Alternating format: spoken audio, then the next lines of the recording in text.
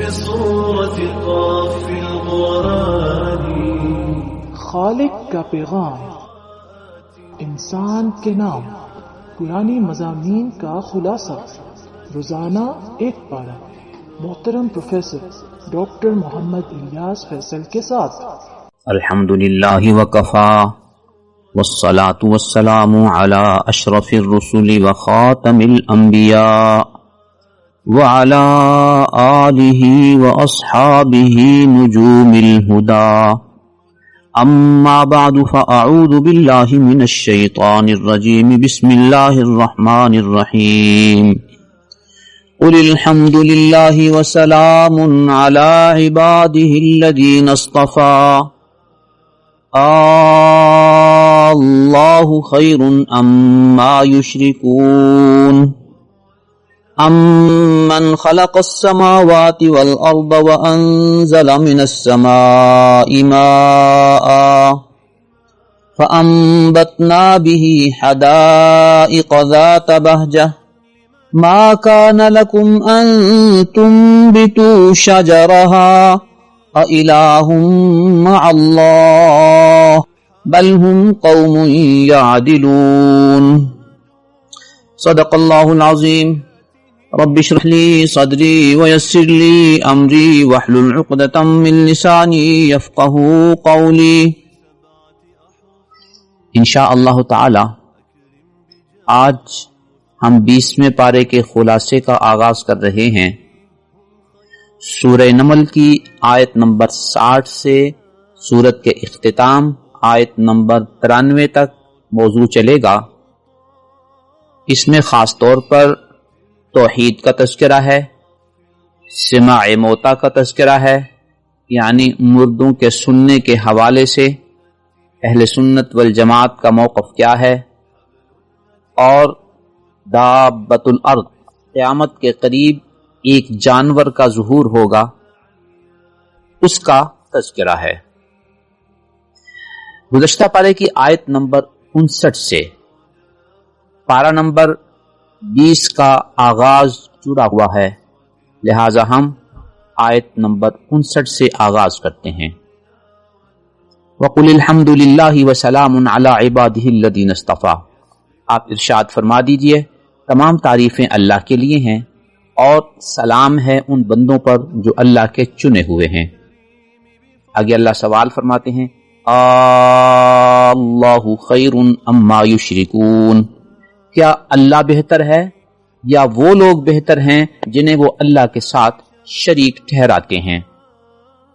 اب 20ویں پارے کے آغاز میں آیت نمبر 60 سے کچھ سوالات کیے گئے ہیں کہ دیکھو یہ آسمان و زمین کس نے پیدا کیا، یہ بارش کون برساتا ہے، باغات کون اگاتا ہے، تم تو ایک درخت بھی نہیں اگا سکتے، پھر کیا اللہ کے ساتھ کوئی شریک ہے؟ ظاہر ہے کہ انسان کو سمجھانے کے لیے یہ سارا انداز اختیار کیا گیا ہے. ہم اگر اللہ رب العزت کی صنعت، اللہ کی قدرت، اللہ کے مظاہر کو دیکھیں تو ان کا ایک اپنا مزاج ہے، اور انسان جو چیزیں بناتا ہے اس کا اپنا مزاج ہے. یہ باغات ہوں، درخت ہوں، پھل ہوں، سبزیاں ہوں، ان کا ایک اپنا مزاج اور اپنا ذائقہ ہے. انسان جو چیزیں خود بناتا ہے وہ اللہ رب العزت کی تخلیق سے یکسر مختلف ہیں. ظاہر ہے کہ اللہ کی چیزیں اللہ کی قدرت سے بنتی ہیں اور انسان کا اس میں کوئی عمل دخل نہیں ہے. آگے اللہ فرماتے ہیں کہ دیکھو زمین کو تمہارے لیے مستقر کس نے بنایا، ٹھہرنے کا انداز اللہ نے تمہیں اس میں کیسے بنا کر دیا کہ تم یہاں بڑے سکون و اطمینان کے ساتھ کھڑے ہو سکتے ہو، چل پھر سکتے ہو اور اپنے دیگر معمولات زندگی ادا کر سکتے ہو. آج ہم آپ پر مخفی نہیں کہ جن جن سیاروں پر انسان کی رسائی ہوئی ہے وہاں ایک تو وہ سیارے انسانی زندگی کے لیے مناسب اور سازگار نہیں ہے۔ آج کی تحقیقات کا ایک بہت بڑا حصہ اس بات پر ہوتا ہے کہ کیا وہاں زندگی کے آثار ہیں یا نہیں۔ وہاں کی کشش اور کھچاؤ، اس میں توازن نہیں۔ یہی وجہ ہے کہ وہاں انسان زمین کی طرح نہ کھڑا ہو سکتا ہے نہ چل پھر سکتا ہے۔ تو زمین میں یہ ساری کی ساری کشش کا ایک متوازن نظام کس نے بنایا؟ ظاہر ہے اللہ نے بنایا، اللہ کے ساتھ کوئی شریک نہیں ہے۔ اللہ فرماتے ہیں یہ نہریں کس نے جاری کی ہیں؟ پانی کا بہاؤ ہمیشہ گہرائی کی طرف ہوتا ہے یا نیچے کی طرف ہوتا ہے؟ یہ اللہ تعالیٰ کا ایسا نظام ہے کہ برف پگھلتی ہے اور پانی اپنا رستہ خود بنا لیتا ہے۔ بارشیں آتی ہیں اور پانی کا بہاؤ ایک مخصوص علاقے کی طرف ہوتا ہے، جس سے نہریں اور دریا بنتے ہیں۔ یہ سارا نظام کس نے رکھا؟ پہاڑ اس زمین پر اللہ نے زمین کے ٹھہراؤ کے لیے رکھے تاکہ زمین کسی ایک طرف لڑک نہ جائے۔ یہ اتنے بڑے بڑے پہاڑ کس نے رکھے ہیں؟ تم تو ان میں سے کسی چھوٹے سے پہاڑ کو بھی نہ اٹھا سکتے ہو نہ منتقل کر سکتے ہو۔ اللہ فرماتے ہیں کہ سمندروں کے پانی کے بہاؤ میں ایسی رکاوٹ کس نے بنائی ہے کہ دو طرح کے سمندر ان کا پانی اکٹھا چلتا ہے، میٹھا بھی نمکین بھی، کالا بھی سفید بھی۔ یہ کس کی قدرت سے چلتے ہیں؟ کیا پھر بھی تم اللہ کے ساتھ کسی اور کو شریک کرو گے؟ آگے پھر اللہ ایک اور سوال فرماتے ہیں، جب کوئی انسان مجبور اور پریشان ہوتا ہے، اللہ سے دعا مانگتا ہے، تو بتاؤ اس کی دعا کون سنتا ہے؟ اس کی مشکل کشائی کون کرتا ہے؟ اس کی پریشانی کو کون رفع کرتا ہے؟ اللہ فرماتے ہیں تمہیں زمین میں خلافت کس نے دی ہے؟ اس کے باوجود تم اللہ کے ساتھ کسی کو شریک ٹھہراتے ہو، یا پھر بھی اللہ کے ساتھ کوئی شریک ہے؟ آگے اللہ فرماتے ہیں کہ خشکی اور سمندر میں اندھیروں کے دوران آپ کو رستہ کون بتاتا ہے؟ ایسا اللہ نے نظام بنایا ہے کہ انسان کو اپنا رستہ تلاش کرنے میں مشکل نہیں ہوتی۔ کہیں ستاروں سے رہنمائی ملتی ہے کہ رخ کس طرف ہے، کہیں سورج کے طلوع اور غروب ہونے سے انسان اپنے مشرق مغرب اور جنوب شمال کا تعین کر لیتا ہے، کہیں دور پہاڑوں کو نشانہ بنا کر وہ اپنے رستے اور اپنے سمت کا تعین کرتا ہے۔ یہ سارے رستے کس نے بنائے ہیں؟ بارش سے پہلے جو ہوائیں چلتی ہیں، ان ہواؤں کو کون بھیجتا ہے؟ کیا پھر بھی اللہ کے ساتھ کوئی شریک ہے؟ مزید اللہ سوال فرماتے ہیں یہ تخلیق کی ابتدا کس نے کی، چاہے وہ انفرادی سطح پر ہو یا اجتماعی سطح پر ہو۔ ایک بچہ پیدا ہوتا ہے، اس کی زندگی کا آغاز ہو جاتا ہے، اور اگر انسانی اجتماعیت کو دیکھا جائے تو انسانوں کی ابتدائی تخلیق کس نے کی؟ پھر ان کو دوبارہ زندہ کون کرے گا؟ یہ آسمان و زمین سے اللہ تعالیٰ جو تمہیں رزق دیتے ہیں، بتاؤ اللہ کے علاوہ کون دیتا ہے؟ کیا پھر بھی اللہ کے ساتھ کوئی شریک ہے؟ آگے اللہ فرماتے ہیں اگر تمہیں اپنے اس شرک پر اصرار ہے تو پھر کوئی دلیل تو پیش کرو۔ اگر تم سچے ہو تو لاؤ دلیل۔ آپ کے سامنے اتنے کائناتی حقائق بیان کر کے ثابت کر دیا گیا کہ یہ سب کچھ اللہ کی قدرت سے ہوتا ہے، لہذا اللہ ہی کی عبادت کرنی چاہیے اور کسی کا اس میں عمل دخل نہیں ہے، لہذا اللہ کے ساتھ کسی اور کو شریک نہیں کرنا چاہیے۔ اس کے بالمقابل اگر تمہارے پاس بھی اپنے شرک پر کوئی دلیل ہے تو لاؤ اس کو پیش کرو۔ اللہ رب العزت مزید سمجھانے کے لیے فرماتے ہیں کہ آسمان و زمین کی ہر چیز کو اللہ ہی جانتا ہے۔ جبکہ جن لوگوں کو یہ اللہ کا شریک ٹھہراتے ہیں انہیں تو اتنا بھی معلوم نہیں کہ وہ کہاں سے اٹھائے جائیں گے، ان کا حشر کہاں سے ہوگا، انہیں تو اس بات کا بھی علم نہیں۔ ظاہر ہے ان کی قبر کہاں بنے گی اور پھر حشر ان کا کہاں سے ہوگا۔ آیت نمبر 80 میں اللہ ارشاد فرماتے ہیں انک لا تسمع الموتى، کہ آپ مردوں کو سنا نہیں سکتے، ولا تسمع الصم الدعاء، اور نہیں سنا سکتا بہروں کو اپنی پکار، اذا ولوا مدبرین، جب لوٹیں وہ پیٹ پھیر کر۔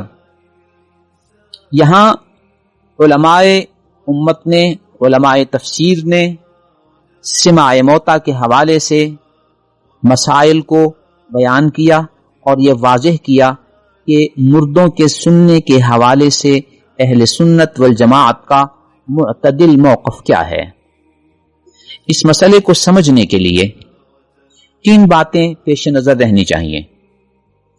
یہ عقیدہ رکھنا کہ ہر مردہ ہر وقت ہر ایک کی ہر بات سنتا ہے، یہ عقیدہ اہل بدعت اور اہل شرک کا ہے۔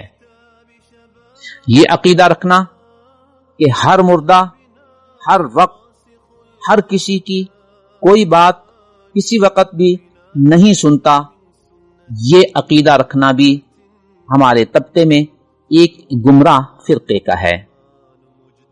اہل سنت والجماعت کا موقف کیا ہے کہ اللہ تعالی جب جس کی بات سنانا چاہیں سنا سکتے ہیں۔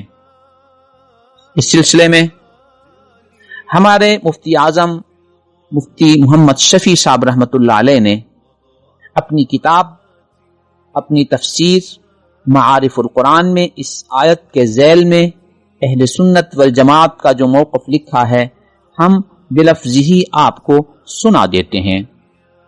وہ ارشاد فرماتے ہیں مردوں کا سننا ہمارا سنانا ہمارے اختیار میں نہیں، البتہ اللہ تعالی جب چاہیں سنا دیں، جب نہ چاہیں نہ سنائیں۔ مسلمان کے سلام کرنے کے وقت تو اس حدیث نے بتلا دیا کہ حق تعالی مردے کی روح واپس لا کر اس کو سلام سنا دیتے ہیں اور اس کو سلام کا جواب دینے کی بھی قدرت دیتے ہیں۔ باقی حالات و کلمات کے متعلق کوئی قطعی فیصلہ نہیں کیا جا سکتا کہ مردہ ان کو سنے گا یا نہیں۔ اسی لیے امام غزالی اور علامہ سبکی وغیرہ رحمہم اللہ کی تحقیق یہ ہے کہ اتنی بات تو احادیث صحیحہ اور قرآن کی آیت مذکورہ سے ثابت ہے کہ بعض اوقات میں مردے زندوں کا کلام سنتے ہیں، لیکن یہ ثابت نہیں کہ ہر مردہ ہر حال میں ہر شخص کے کلام کو ضرور سنتا ہے۔ اس طرح آیات و روایات کی تطبیق بھی ہو جاتی ہے۔ ملاحظہ ہو تفسیر معارف القرآن جلد 6 صفحہ 604۔ خلاصہ کلام یہ نکلا، یہ تصور رکھنا ہر مردہ ہر وقت ہر ایک کی ہر بات سنتا ہے، یہ نظریہ بھی صحیح نہیں، اور ہر مردہ ہر وقت ہر ایک کی کوئی بات بھی نہیں سنتا، یہ نظریہ بھی ٹھیک نہیں۔ اہل سنت والجماعت کا موقف یہ ہے کہ جو مردہ جس وقت جس کی جو بات اللہ تعالیٰ سنانا چاہیں اسے سنا دیتے ہیں اور سنا سکتے ہیں۔ البتہ جن مقامات کا تعلق قرآن کریم یا احادیث سے ہے اور وہاں سننے کی صراحت موجود ہے اس پر ایمان و عقیدہ رکھنا چاہیے۔ آیت نمبر 83 میں دابۃ الارض کا ذکر ہے کہ قیامت کے قریب ایک جانور نمودار ہوگا۔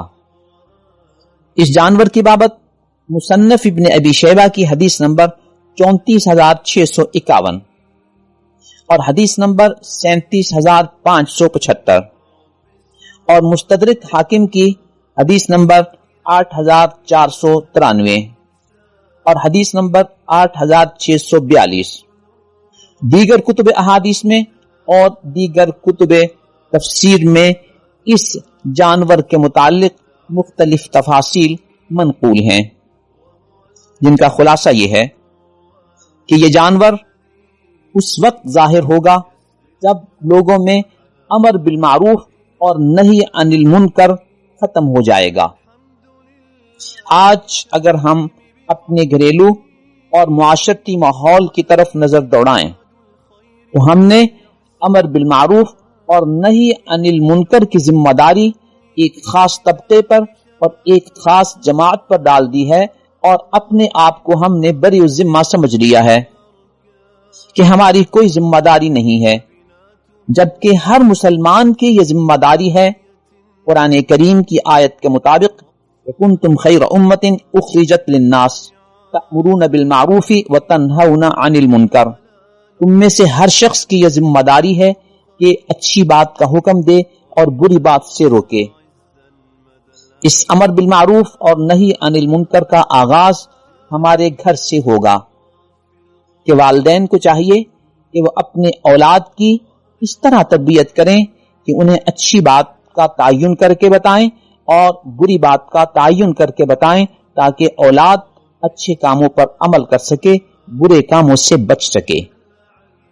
آج یہ بات دیکھی جا رہی ہے کہ والدین اپنی اولاد کو کسی کام سے نہیں روکتے، وہ جو بھی گھر میں کرتا ہے اسے کرنے دیتے ہیں، اور وہ یہ سمجھتے ہیں کہ اس سے بچے کی صلاحیتیں اجاگر ہوتی ہیں اور روک ٹوک سے بچے کی ذہنی نشو و نما متاثر ہوگی۔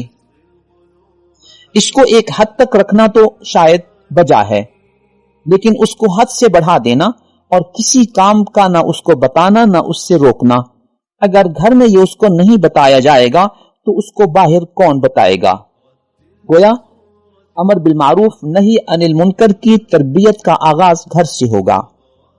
اساتذہ کی ذمہ داری ہے کہ وہ بچوں کی تربیت میں اپنا کردار ادا کریں اور انہیں معاشرتی حوالے سے اچھی باتوں کا تعین کر کے بتائیں اور بری باتوں سے روکنے کی کوشش کریں۔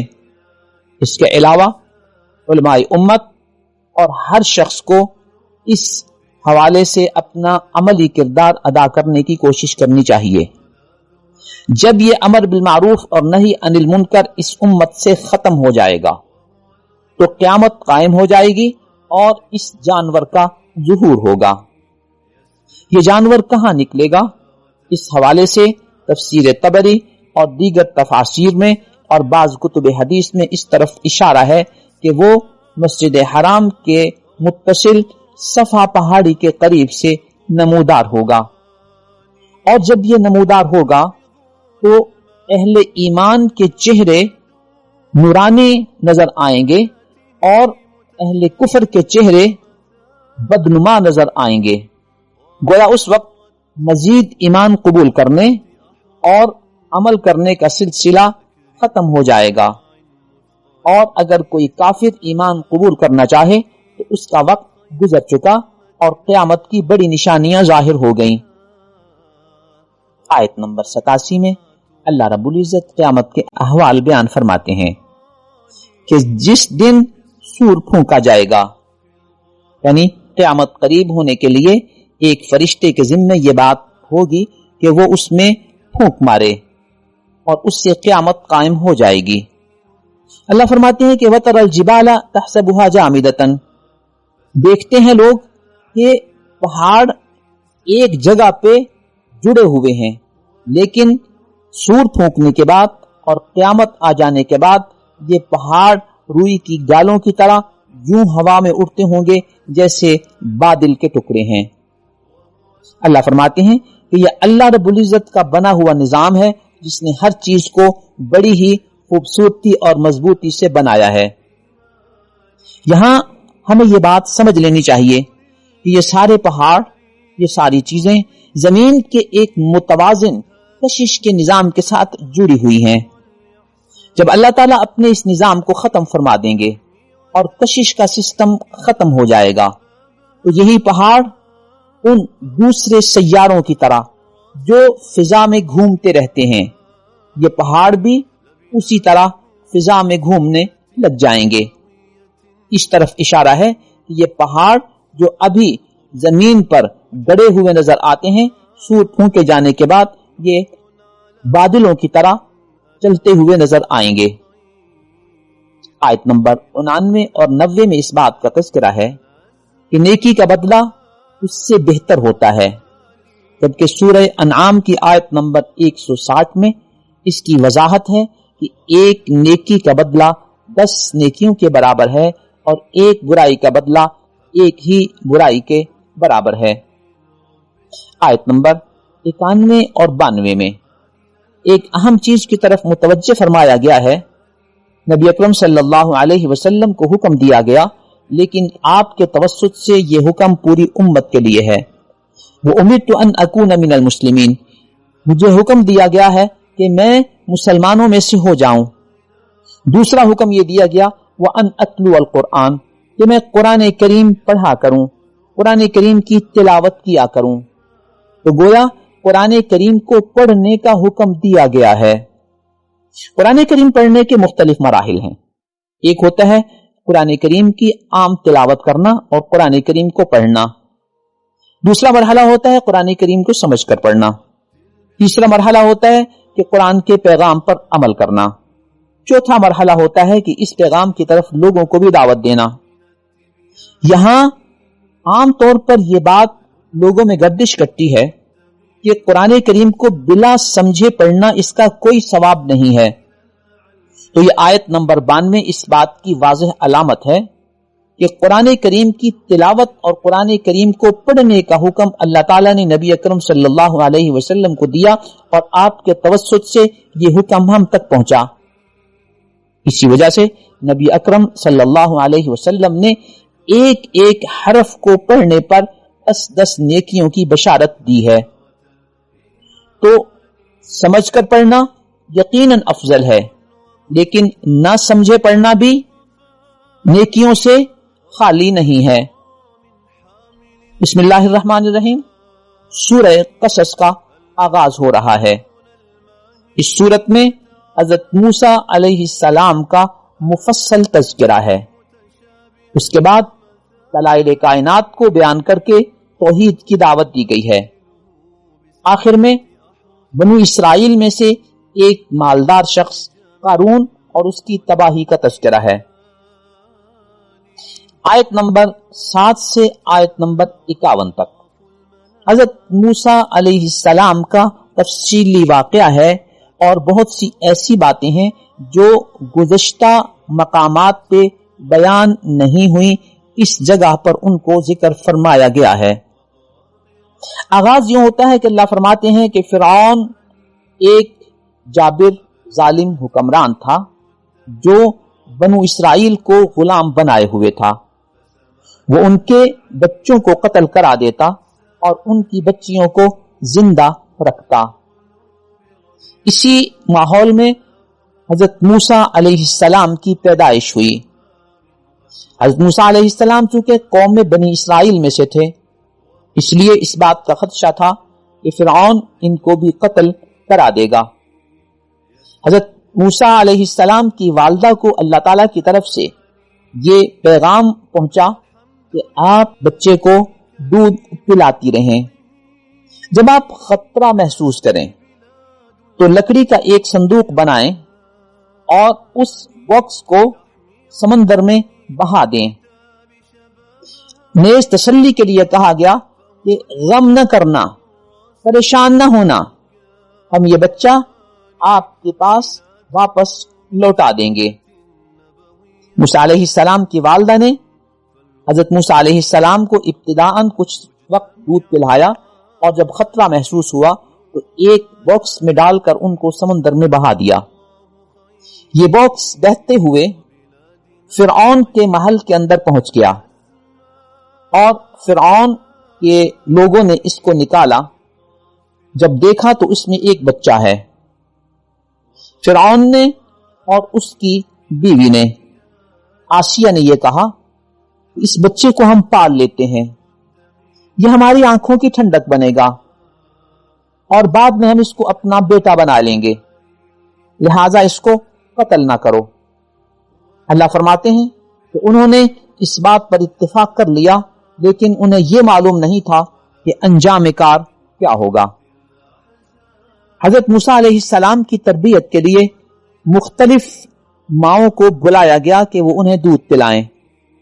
حضرت موسیٰ علیہ السلام کسی بھی عورت کا دودھ قبول نہیں کرتے تھے، یہاں تک کہ حضرت موسیٰ علیہ السلام کی ایک رشتہ دار خاتون نے جا کر فرعون کے دربار میں یہ کہا کہ میں ایک ایسی عورت کو جانتی ہوں کہ وہ دودھ پلاتی ہے، آپ اس کو بھی دیکھ لیں، ہو سکتا ہے کہ حضرت موسیٰ علیہ السلام ان کا دودھ قبول کر لیں۔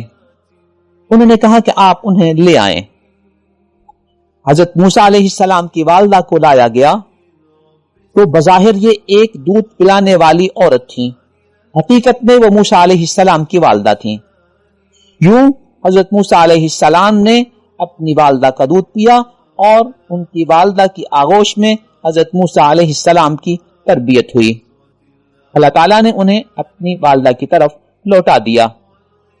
حضرت موسیٰ علیہ السلام بڑے ہوئے، جوان ہو گئے، اللہ تعالیٰ کی طرف سے حکمت و علم سے نوازے گئے۔ اسی دوران وہ ایک دفعہ باہر شہر میں گھوم رہے تھے کہ دو آدمیوں کو دیکھا کہ وہ آپس میں لڑ رہے ہیں۔ ان میں سے ایک شخص بنو اسرائیل میں سے تھا اور دوسرا شخص فرعون کی قوم میں سے تھا۔ اس بنو اسرائیلی نے حضرت موسیٰ علیہ السلام سے تعاون کی درخواست کی۔ حضرت موسیٰ علیہ السلام نے چھڑاتے ہوئے اس قبطی کو ایک ضرب لگائی۔ اتفاق کی بات ہے کہ وہ ضرب اتنی جان لیوا تھی کہ وہ قبطی جو فرعون کی قوم میں سے تھا مر گیا۔ حضرت موسیٰ علیہ السلام نے اللہ کے حضور دعا مانگی، اے اللہ مجھ سے جو کچھ ہو گیا ہے آپ اس میری مغفرت فرمائیں۔ اللہ فرماتے ہیں کہ ہم نے دعا قبول کی اور ان کی بخشش کر دی۔ اگلے دن پھر ایسا ہی ہوا، حضرت موسیٰ علیہ السلام اسی جگہ پہ گزر رہے تھے تو وہی شخص جو کل ایک قبطی سے لڑ رہا تھا اور بنو اسرائیل میں سے تھا، آج وہ کسی اور شخص کے ساتھ لڑ جھگڑ رہا تھا۔ پھر اس نے حضرت موسیٰ علیہ السلام سے مدد کی درخواست کی۔ حضرت موسیٰ علیہ السلام پہلے ہی صورتحال سے فکر مند تھے کہ مجھ سے ایک قتل ہو چکا ہے، پتہ نہیں میرے خلاف کیا فیصلہ صادر ہوتا ہے، لیکن ابھی تک قاتل کا کسی کو علم نہیں تھا۔ آج پھر جب حضرت موسیٰ علیہ السلام نے بنو اسرائیلی کی مدد کرنا چاہی تو اس نے ایک عجیب لفظ اپنی زبان سے نکال دیا۔ اس نے سمجھا کہ شاید موسیٰ علیہ السلام غصے میں مجھے ہی کچھ مار پیٹ کریں گے، تو اس نے کہا، اَتُرِيدُ أَن تَقْتُلَنِي كَمَا قَتَلْتَ نَفْسًا بِالْأَمْسِ، موسیٰ آپ مجھے قتل کرنا چاہتے ہیں جیسے آپ نے کل ایک شخص کو قتل کر دیا تھا۔ یوں یہ بات فرعون کے قوم کے اس شخص تک پہنچ گئی کہ کل جو شخص قتل ہوا ہے اور مرا ہے اس کے قتل کرنے والے حضرت موسیٰ علیہ السلام ہیں۔ یہ خبر حکام بالا تک پہنچی اور انہوں نے حضرت موسیٰ علیہ السلام کو گرفتار کرنے کے آرڈر جاری کر دیے۔ اسی دوران ایک شخص حضرت موسیٰ علیہ السلام سے ملنے کے لیے دور سے آیا اور بتایا کہ آپ اس علاقے سے چلے جائیں، میں آپ کا خیر خواہ ہوں، آپ کے بارے میں کچھ اور ہی فیصلے ہو رہے ہیں۔ حضرت موسیٰ علیہ السلام حالات کو سمجھ گئے اور اس علاقے سے نکلے اور دعا مانگی، رب نجنی من القوم الظالمین، اے اللہ ظالم قوم سے مجھے نجات عطا فرما۔ حضرت موسیٰ علیہ السلام کا رخ مدین علاقے کی طرف تھا جہاں حضرت شعیب علیہ السلام بطور نبی تھے۔ حضرت موسیٰ علیہ السلام جب مدین کے علاقے میں پہنچے تو وہاں دیکھا کہ ایک کنویں پر بہت سے لوگ جمع ہیں اور اپنے اپنے جانوروں کو پانی پلا رہے ہیں۔ ان میں دو لڑکیوں کو بھی دیکھا جو خاموشی سے ایک طرف کھڑی ہیں اور وہ کسی رش اور زحمت کے ماحول میں داخل نہیں ہو رہی۔ ہر شخص اپنی زور آزمائی کرتے ہوئے پانی تک پہنچتا ہے اور پانی پلا لیتا ہے۔ ان دو عورتوں کو دیکھ کر انہوں نے پوچھا کہ آپ کیوں ایک طرف کھڑی ہیں؟ انہوں نے صورتحال بتائی کہ ہم ان لوگوں کے جانے کے بعد پانی پلا لیں گے، اور ہمارے والد اس لیے نہیں آ سکے کہ وہ ایک بڑی عمر کے شخص ہیں۔ حضرت موسیٰ علیہ السلام کو ان دو عورتوں پر ترس آیا اور انہوں نے بڑے ہی احترام کے ساتھ ان کے جانوروں کو پانی پلا دیا۔ ان دو لڑکیوں نے جا کر اپنے والد کو صورتحال عرض کی کہ آج ہم نے ایک ایسے نوجوان کو دیکھا ہے کہ جو بڑا ہی ادب و احترام والا ہے، اور اس نے ہمارے ساتھ یہ نیکی کی ہے۔ حضرت شعیب علیہ السلام نے ان میں سے ایک لڑکی کو بھیجا کہ جاؤ ان کو بلا کر لاؤ۔ ادھر ان دونوں لڑکیوں نے اشارہ کر دیا تھا کہ والد محترم، اگر آپ اس نوجوان کو اپنے پاس ملازم رکھ لیں تو بہت مناسب ہوگا۔ حضرت موسیٰ علیہ السلام حضرت شعیب علیہ السلام کے بلانے پر ان کے ہاں پہنچے اور ان کے پوچھنے پر اپنا سارا ماجرا اور قصہ سنا دیا۔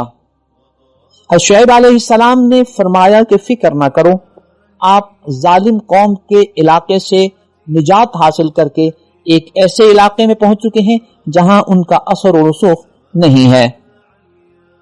ادھر حضرت شعیب علیہ السلام نے ان کی شرافت، ان کے ادب کو دیکھتے ہوئے انہیں ایک بہت بڑی پیشکش کر دی کہ میرا جی چاہتا ہے کہ میں ان دو بچیوں میں سے ایک بچی کا نکاح تم سے کر دوں، اور ان کے مہر کے طور پر تم 8 سال تک میرے پاس ملازمت کرو، اور اگر اپنے طور پر تم 10 سال مکمل کر لو کہ تمہاری اچھائی ہے، یعنی مہر کے طور پر 8 سال کام کرو یا 10 سال کام کرو۔ حضرت موسیٰ علیہ السلام نے فرمایا مجھے منظور ہے، اور ان دونوں مدتوں میں سے میں کون سی مدت کو اختیار کرتا ہوں اس کا اختیار میرے پاس رہنے دیجئے۔ یوں حضرت موسیٰ علیہ السلام کی شادی حضرت شعیب علیہ السلام کی بیٹی سے ہو گئی۔ انہوں نے حضرت شعیب علیہ السلام کے پاس اپنا مقررہ وقت مقررہ سالوں میں پورا کیا اور اپنے علاقے کی طرف واپس آنے کے لیے پروگرام بنایا اور اپنی بیوی کو ساتھ لیا۔ رستے میں اندھیرا، سردی محسوس کرتے ہوئے آپ کو ایک طرف آگ جلتی ہوئی نظر آئی اور آگ کی روشنی محسوس ہوئی۔ حضرت موسیٰ علیہ السلام نے اپنے اہل خانہ سے کہا کہ میں یہاں سے کچھ آگ لے کر آتا ہوں تاکہ روشنی بھی ہمیں مہیا ہو سکے اور کچھ گرمائش بھی ہم حاصل کر سکیں۔ جب حضرت موسیٰ علیہ السلام اس جگہ پہ پہنچے تو اللہ رب العزت کی طرف سے ایک آواز آئی۔ یہ مقام طور تھا۔ اللہ کی طرف سے آواز آئی، انی انا اللہ رب العالمین، میں تمہارا خدا ہوں جو سارے جہانوں کا رب ہے۔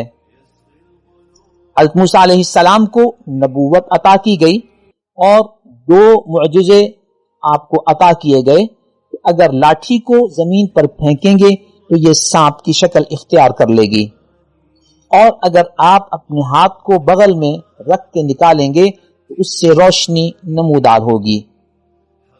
اس کے بعد اللہ تعالی کی طرف سے انہیں یہ حکم دیا گیا کہ آپ فرعون کو جا کر اور اس کی قوم کو تبلیغ کریں، دعوت دیں۔ حضرت موسیٰ علیہ السلام نے 2 درخواستیں کی۔ ایک تو یہ کہ حضرت ہارون علیہ السلام کو میرا ساتھی بنا دیجئے۔ دوسری درخواست یہ کی کہ اے اللہ، میں نے تو ان کے ایک شخص کو قتل کیا ہوا ہے، پتہ نہیں وہ مجھے کیا سزا دیں۔ اللہ رب العزت نے اطمینان دلایا کہ تم میرے پیغام کو لے کر جاؤ، فلا یصلون الیکما، وہ تم تک نہیں پہنچ سکیں گے، یعنی تمہیں دونوں کو کوئی سزا نہیں دے پائیں گے۔ حضرت موسیٰ علیہ السلام، حضرت ہارون علیہ السلام جب فرعون کو دعوت دینے کے لیے گئے، اور کچھ معجزات دکھائے تو انہوں نے کہا کہ یہ تو جادو ہے۔ یہاں پر فرعون نے اپنے ایک وزیر یا مشیر حامان کو کہا کہ ایک اونچی سی بلڈنگ بناؤ، میں وہاں چڑھ کر دیکھتا ہوں کہ موسیٰ کا خدا ہے یا نہیں۔ اللہ فرماتے ہیں کہ فرعون اور اس کے لشکر نے جب اللہ کی دعوت کے روبرو کبر اور تکبر کا معاملہ اختیار کیا، اللہ تعالیٰ کی طرف سے ان کی سزا کا فیصلہ ہوا کہ جب موسیٰ علیہ السلام اپنی قوم کو لے کر وہاں سے نکلے تو حضرت موسیٰ علیہ السلام اور ان کی قوم نے اس سمندر کو پار کر لیا، اور جب فرعون کا لشکر اور فرعون اس میں داخل ہوا تو اللہ نے اس سمندر میں ان کو غرق کر دیا۔ اللہ فرماتے ہیں کہ ان کی کیفیت یہ تھی کہ یہ سردار تھے کس بات کے کہ لوگوں کو آگ کی طرف اور جہنم کی طرف بلائیں، گویا غلط رستے کی طرف بلانا، نافرمانی کی طرف بلانا اور دعوت دینا، یہ ان کا مشن تھا۔ اللہ فرماتے ہیں ان کو سزا یہ ہوگی کہ دنیا میں بھی خار ہوں گے اور قیامت کے دن بھی ان کی مدد نہیں کی جائے گی، اور اللہ تعالیٰ کی لعنتیں ان پر نازل ہوں گی۔ قیامت کے دن یہ بہت برے لوگوں میں شمار ہوں گے۔ آج ان آیات مبارکہ کی روشنی میں اگر ہم اپنے حالات کا تجزیہ کرتے ہیں تو ہمیں اپنے گرد و پیش کچھ ایسے مقتدر لوگ نظر آتے ہیں جن کا شیوا، جن کی دلچسپی، جن کی سرگرمی اسلام کے خلاف گفتگو کرنا ہے، اللہ کے رسول کی تعلیمات کا مذاق اڑانا ہے اور قرآن و سنت کی تعلیمات سے لوگوں کو بہکانا ہے۔ ایسے لوگوں کا انجام وہی ہوگا جو ان آیات میں فرعون کے متکبرین کا انجام بیان ہوا۔ ہم بڑے دکھ اور درد کے ساتھ یہ بات کرتے ہیں کہ عموماً ہر دور اقتدار میں کچھ ایسے وزیر اور مشیر ہوتے ہیں جن کا مشن میڈیا پر آ کر اسلام کے خلاف گفتگو کرنا، اللہ کی رسول کی تعلیمات کا مذاق اڑانا اور لوگوں کو گناہوں کی طرف مائل کرنا، لوگوں کو اچھے رستے سے روکنا اور اسلام کا مذاق اڑانا ان کی پسندیدہ سرگرمی ہوتی ہے۔ اللہ تعالی ہمیں ایسے لوگوں کی شر سے محفوظ فرمائیں، انہیں بھی ان آیات مبارکہ کی روشنی میں اپنے انجام کی طرف غور و خوض کرنا چاہیے کہ یہ اقتدار اور یہ تسلط یہ چند روزہ ہے، یہ ختم ہو جانے والا ہے، اور اس کے بعد اللہ تعالیٰ تمہارے ساتھ کیا سلوک کرتے ہیں وہ اللہ نے بتا دیا کہ ایسے لوگوں پر میری لعنت ہوتی ہے اور یہ دنیا و آخرت میں خار ہوتے ہیں۔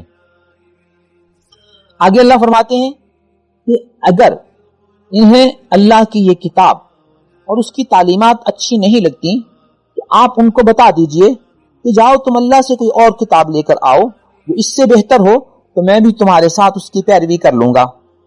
ظاہر ہے ایسا کرنا ان کے بس میں نہیں تھا، لہٰذا اللہ رب العزت نے یہ واضح کر دیا کہ یہ قرآن ہی وہ کتاب ہے جس کی تعلیمات پر عمل کرنے سے تمہیں نجات حاصل ہوگی۔ آیت نمبر 36 میں ایک اہم موضوع کی طرف توجہ دلائی گئی ہے کہ انک لا تہدی من احببت، اے پیغمبر آپ جس کو چاہیں ہدایت نہیں دے سکتے، ولکن اللہ یہدی من یشاء، اللہ جس کو چاہتے ہیں ہدایت دیتے ہیں۔ نبی کا کام رستہ دکھانا ہے، ہدایت کے رستے پر چلانا یہ اللہ کا کام ہے۔ ہدایت کا رستہ دکھانا نبی کا کام ہے اور ہدایت کے رستے پر چلانا یہ اللہ کا کام ہے۔ یہ آیت اس وقت نازل ہوئی جس کے بارے میں صحیح مسلم کی حدیث نمبر 132 میں تفصیلی واقعہ مذکور ہے کہ جب نبی اکرم صلی اللہ علیہ وسلم کے مشفق چچا ابو طالب کی وفات کا وقت قریب آیا تو اس وقت کفار میں سے ابو جہل اور عبداللہ بن ابی امیہ ابو طالب کے پاس تھے۔ نبی اکرم صلی اللہ علیہ وسلم بھی اپنے چچا کے پاس تھے اور انہیں یہ کہا، یہ ارشاد فرمایا کہ چچا کلمہ پڑھ لو، کم از کم میں اللہ کے حضور تمہارے اس کلمے کی وجہ سے کوئی بات تو کر سکوں گا۔ ابو طالب سوچنے لگ گئے۔ ابو جہل اور عبداللہ بن ابی امیہ ابو طالب کو بہکانے لگے اور انسان نما شیاطین کا کردار ادا کرنے لگے۔ ابو طالب اپنے آباء و اجداد کے دین سے آج موت کے خوف سے بہک نہ جانا، اس کو چھوڑ نہ دینا، اپنے آباء و اجداد کے دین پر ہی قائم رہنا۔ یوں نبی اکرم صلی اللہ علیہ وسلم انہیں کلمہ پڑھنے کی ترغیب دیتے اور ابو جہل اور عبداللہ بن ابی امیہ ابو طالب کو کفر پر قائم رہنے کی دعوت دیتے۔ بالآخر ابو طالب نے فوت ہونے سے پہلے اور اپنی آخری جو بات کی کہ میں اپنے آباء و اجداد کے دین پر مر رہا ہوں۔ نبی اکرم صلی اللہ علیہ وسلم کے یہ چچا مسلمان نہیں ہوئے تو آپ صلی اللہ علیہ وسلم کو بڑی فکر مندی اور پریشانی تھی۔ اس کی تسلی کے لیے اللہ نے یہ آیت نازل فرمائی کہ آپ کا مشن رستہ بتانا ہے اور اللہ کا کام کسی کو رستے پر چلانا ہے اور ہدایت عطا فرمانی ہے۔ یہاں اشارتاً ہم ذکر کرتے رہیں کہ نبی اکرم صلی اللہ علیہ وسلم کے چچاؤں میں سے سیدنا عباس رضی اللہ تعالیٰ عنہ اور سیدنا حمزہ رضی اللہ تعالیٰ عنہ، یہ وہ دو چچا ہیں جنہوں نے اسلام قبول کیا اور باقی لوگوں نے اسلام قبول نہیں کیا۔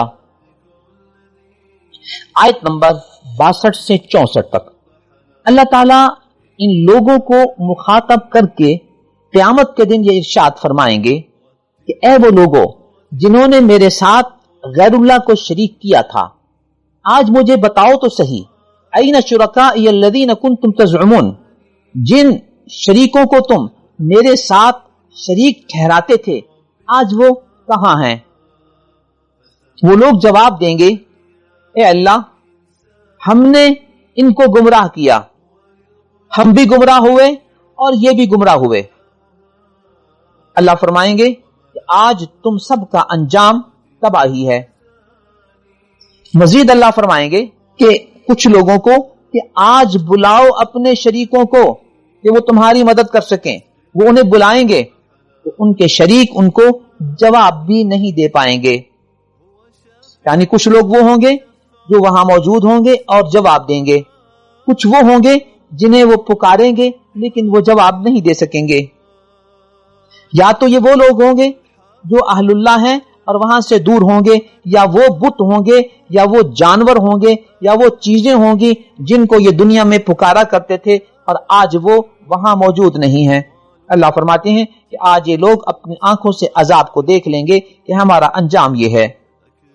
آیت نمبر 68 سے آیت نمبر 70 تک اس بات کا تذکرہ ہے کہ اللہ جو چاہتا ہے وہ پیدا کرتا ہے اور جس چیز کو وہ اختیار کرنا چاہتا ہے وہی چیز پیدا کرتا ہے، کہ تخلیق بھی اللہ کی مرضی سے، اور وہ لڑکا ہوگا وہ لڑکی ہوگی، یہ سب اللہ کی مرضی سے ہوتا ہے۔ ما کان لہم الخیارہ، اس میں ان کو کوئی اختیار نہیں ہے۔ جب ان کو کوئی اختیار نہیں ہے تو اب اللہ ہی کی عبادت کرنی چاہیے یا ایسے لوگوں کی عبادت کرنی چاہیے جس سے نہ تو تخلیق میں کوئی عمل دخل ہے، نہ لڑکے اور لڑکی کے تعین میں ان کو کوئی عمل دخل ہے، اور نہ ہی دنیا کے باقی معاملات میں ان کو کوئی اختیار ہے۔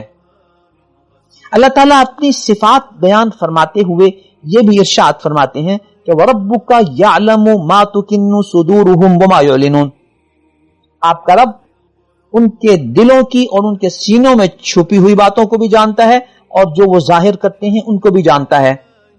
کیا دنیا میں کوئی ایسا شخص ہے جو ان کی ہر دل کی بات کو جانتا ہو اور ہر ظاہر عمل کو جانتا ہو؟ کہ اللہ کے سوا اور کوئی نہیں ہے۔ لہذا اللہ نے اعلان فرما دیا وَهُوَ اللَّهُ لَا إِلَهَ إِلَّا هُوَ، وہی ایک اللہ ہے اور اس کے علاوہ کوئی عبادت کے لائق نہیں ہے۔ یوں اللہ تعالیٰ جگہ جگہ مختلف انداز میں سمجھاتے ہیں کہ ان چیزوں پر غور کرو اور اس کا صحیح نتیجہ نکال کر اس کے مطابق عمل کرو، توحید کو اختیار کرو اور شرک سے بچ جاؤ۔ اللہ تعالیٰ مزید سمجھاتے ہوئے آیت نمبر 71 سے 73 تک یہ بات ارشاد فرماتے ہیں کہ ذرا غور تو کرو کہ دن اور رات آتے ہیں، اگر اللہ تعالیٰ ہمیشہ کے لیے رات ہی کر دیں تو کون معبود ہے تمہارا؟ کون شخص ہے اس مخلوق میں جو اس رات کے اندھیرے کو ختم کر لے، تمہارے لیے روشنی لا سکے، رات کو ختم کر کے دن کو لا سکے؟ اللہ فرماتے ہیں اگر اللہ ہمیشہ کے لیے دن ہی بنا دے تو کون شخص ہے تمہارے معبودوں میں سے ہو یا کوئی اور ہو یا کوئی اور سپر پاور ہو کہ وہ تمہارے لیے رات کو لا سکے؟ اللہ فرماتے ہیں وَمِن رَحْمَتِهِ جَعَلَ لَكُمُ اللَّيْلَ وَالنَّهَارَ، اللہ نے اپنی رحمت سے تمہارے لیے دن اور رات کا یہ منظم نظام بنایا ہے کہ تم رات کو آرام کر لو، دن میں اپنے روزگار کا انتظام کر لو۔ اس بات کو سمجھنے کے لیے آج اگر ہم مختلف ممالک کے شب و روز کے تناسب کو دیکھتے ہیں تو بات ہماری سمجھ میں واضح طور پر آ جاتی ہے۔ بعض ملکوں میں دن اور رات کا تناسب اس حد تک مختلف ہوتا ہے کہ کبھی کبھی 20-21 گھنٹے کا دن ہوتا ہے اور کبھی کبھی 20-21 گھنٹوں کی رات ہو جاتی ہے، کبھی دن بہت چھوٹا ہوتا ہے، کبھی رات بہت چھوٹی ہوتی ہے۔ کیا اس ملک کے باسی اس بات کا انتظام کر سکتے ہیں کہ ہمارے ہاں دن رات کا نظام متوازن ہو اور 12-14 گھنٹے کا دن اور اس کے قریب قریب رات ہو؟ کیا وہ اپنے ہاں دن اور رات کے اس نظام کو بدل سکتے ہیں؟ ہرگز نہیں۔ وہ اللہ کے بنائے ہوئے اس نظام کے مطابق اپنے آپ کو، اپنے معمولات کو ایڈجسٹ کرنے کی کوشش کرتے ہیں۔ بعض ملکوں میں دن اور رات کا تناسب اتنا بڑھ جاتا ہے کہ دن مہینوں تک پہنچ جاتا ہے اور رات بھی مہینوں تک چلی جاتی ہے۔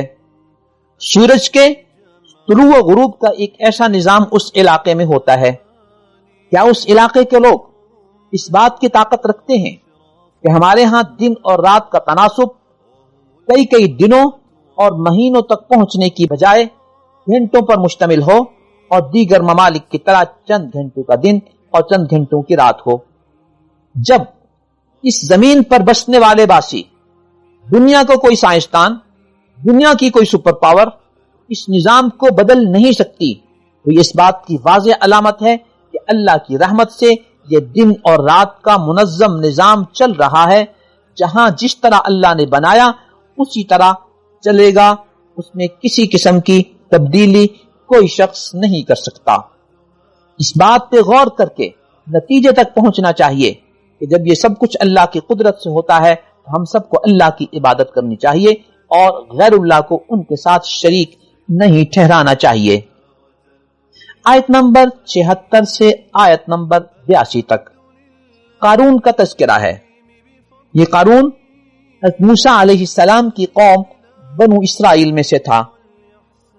یہ اتنا مالدار تھا کہ اس کے خزانوں کی چابیاں بھی اٹھانے کے لیے ایک بہت بڑا نظام بنا ہوا تھا۔ اس کو بعض لوگوں نے دعوت دی کہ اللہ اور آخرت کا فکر کرو اور دنیا کو بھی اختیار کرو، لیکن اعتدال اور توازن کے ساتھ اپنی زندگی گزارو۔ جس طرح اللہ نے تمہارے اوپر احسان کیا ہے تم بھی نیکی کا معاملہ کرو اور احسان کا معاملہ کرو اور دنیا میں فساد برپا نہ کرو۔ قارون نے اس دعوت کے جواب میں یہ کہا کہ یہ میری مال و دولت مجھے میرے علم کی وجہ سے ملی ہے، لہذا جب اس نے اس تکبر کا اظہار کیا تو کچھ ہی دیر کے بعد اس نے اپنے اس مال و دولت اور اپنے لاؤ لشکر کے ساتھ نکل کر لوگوں کو اپنے دولت اور اپنے اس تونگری کا مظاہرہ کرنا تھا۔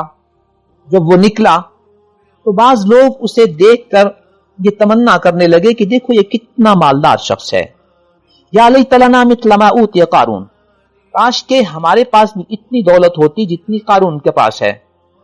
نیک لوگوں نے انہیں سمجھایا کہ تمہارا ناس ہو، اس دنیا کی طرف اتنی رغبت نہ کرو، اللہ نے جو تمہیں نیک اعمال کا بدلہ دینا ہے وہ اس سے کہیں بہتر ہے، تم ایمان کو پختہ رکھو اور نیک عمل کرتے رہو، اللہ تعالیٰ تمہیں اس سے بہتر چیزیں عطا فرمائیں گے۔ اللہ فرماتے ہیں کہ اس نے تکبر کا اظہار کیا تھا کہ یہ میری مال و دولت میرے علم کی وجہ سے مجھے ملی ہے، اللہ فرماتے ہیں ہم نے اس کو بھی زمین میں دھنسا دیا اور اس کے گھر کو بھی زمین میں دھنسا دیا، اس کا سارا مال و دولت اسی کے ساتھ زمین میں دھنس گیا۔ اللہ فرماتے ہیں جب ہم نے اس کو دھنسانے کا فیصلہ کیا، فما کان لہ من فئۃ ینصرونہ من دون اللہ، تو کوئی شخص ایسا نہیں تھا جو اس کی مدد کر سکتا اور آج اسے اللہ کے عذاب سے بچا سکتا۔ یہاں ان لوگوں نے جنہوں نے کل یہ دعا مانگی تھی یا لیت لنا مثل ما اوتی قارون، ہمارے پاس بھی قارون جیسی دولت ہوتی، جب قارون کو اس کے تکبر کی وجہ سے اس سزا میں مبتلا دیکھا اس وقت اللہ کا شکر ادا کیا کہ اگر ہم پہ اللہ کا شکر نہ ہوتا تو آج ہم بھی اس کے ساتھ زمین میں دھنسا دیے جاتے۔ قارون اس علاقے میں رہتا تھا۔ اس حوالے سے مورخین و ماہرین کا کہنا ہے کہ مصر کے جنوب مغرب میں ایک علاقہ ہے جو آج بھی فیوم کے نام سے مشہور اور متعارف ہے، وہاں اس کا محل اور گھر تھا۔ اس محل کے ساتھ ایک چھوٹا سا جزیرہ تھا جو بحیرہ قارون کہلاتا تھا۔ وہ پانی کا علاقہ آج بھی بحیرہ قارون کے نام سے مشہور و متعارف ہے۔ اس کی کل پیمائش 1385 مربع کلومیٹر ہے۔ تو یہ بحیرہ قارون آج بھی موجود ہے، اسی نام سے متعارف ہے اور اسی کے کنارے اس کا محل تھا۔ آیت نمبر 88 میں پوری سورت کا خلاصہ بیان کر دیا گیا کہ وہ دعوت توحید ہے، وَلَا تَدْعُ مَعَ اللَّهِ إِلَٰهًا آخر، اللہ کے ساتھ کسی اور شریک کو نہ پکارو۔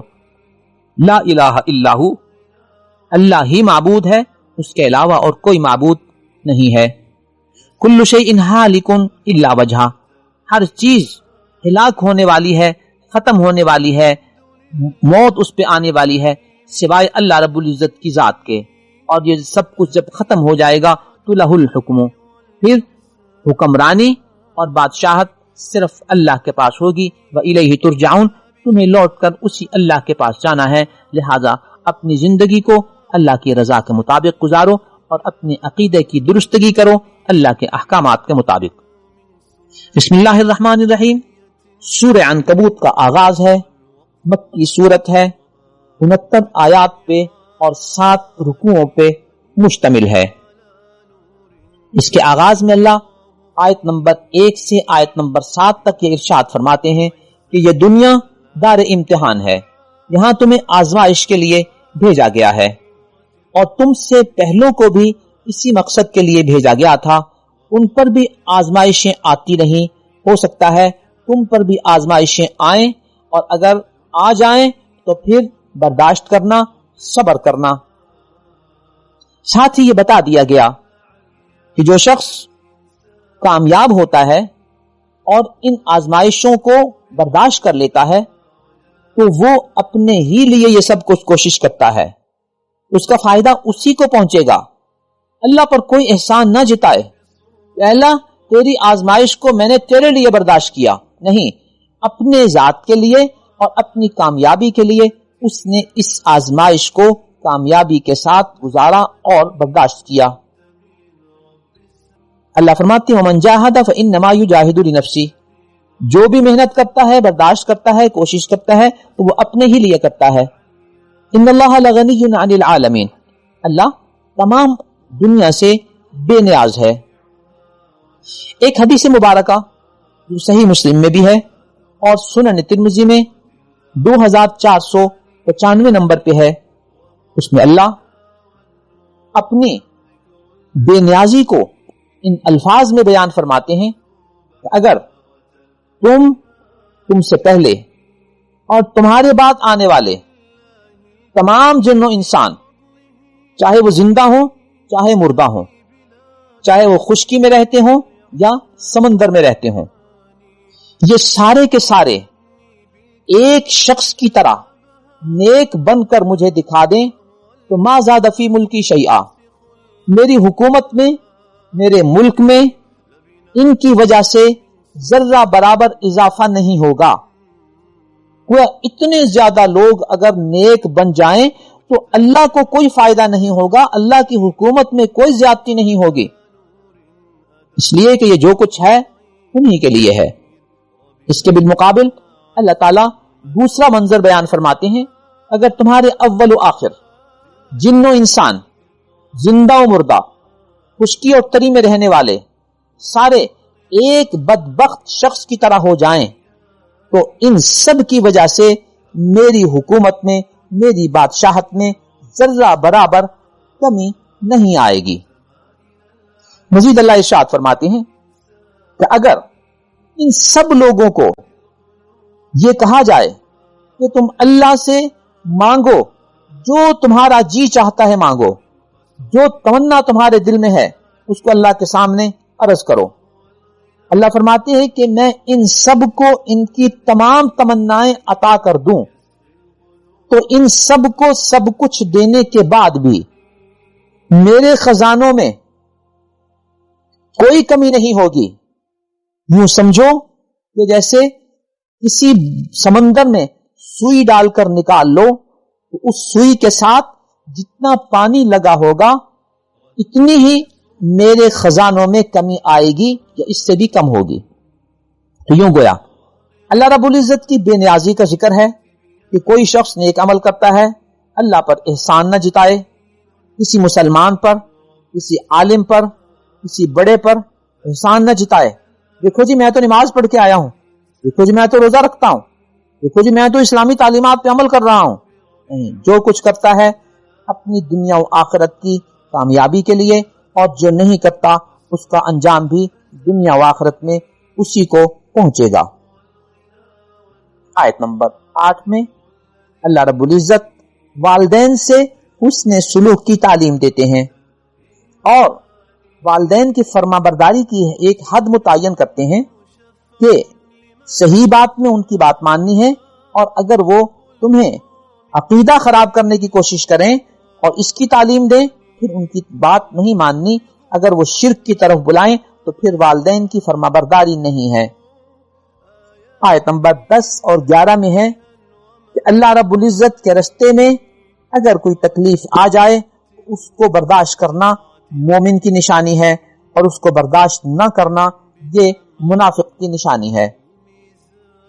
آیت نمبر 12 اور 13 میں کچھ کفار کا تذکرہ ہے کہ جو بڑی جرات کے ساتھ یہ کہتے ہیں مسلمانوں کو کہ تم ایمان چھوڑ دو اور تمہاری جو سزا ہوگی وہ ہم برداشت کر لیں گے۔ اللہ فرماتے ہیں کہ جب سزا لینے کا وقت آئے گا اور جب سزا دیے جانے کا وقت آئے گا تو اس وقت کوئی شخص کسی کو اس کی سزا سے بے نیاز نہیں کر پائے گا۔ ہاں البتہ یہ ضرور ہوگا کہ جس نے غلط کام کیا وہ اپنے کیے کی سزا پائے گا، اور جس نے اس غلط کام کی طرف اس کی رہنمائی کی اسے بھی اس کی سزا ملے گی، اور اس کا بوجھ اس پر بھی ڈالا جائے گا، لیکن غلطی کرنے والے کے بوجھ میں کوئی کمی نہیں ہوگی، یہ اپنا بوجھ بھی اٹھائیں گے، وَأَثْقَالًا مَعَ أَثْقَالِهِمْ، اور اپنے بوجھ کے ساتھ کچھ اور بوجھ بھی اٹھائیں گے۔ اس سے ہمیں اس بات کو سمجھ لینا چاہیے کہ ہم امر بالمعروف کریں، نہی عن المنکر کریں، اچھی باتوں کا حکم دیں اور بری باتوں سے لوگوں کو روکیں، اور نہ ہم گمراہیوں کو شروع کریں اور نہ گمراہیوں کی طرف لوگوں کو بلائیں۔ اس لیے جو شخص کسی کو گمراہ کرتا ہے اس کی سزا اس گمراہ شخص کو بھی ملے گی اور گمراہ کرنے والے کو بھی ملے گی، اور یہ جب تک اس کا تسلسل چلتا جائے گا اور وہ گمراہی پھیلتی رہے گی، لوگ اس گمراہی کے راستے پہ چلتے رہیں گے تو اس کو اس گمراہی کے شروع کرنے کا گناہ ہوتا رہے گا۔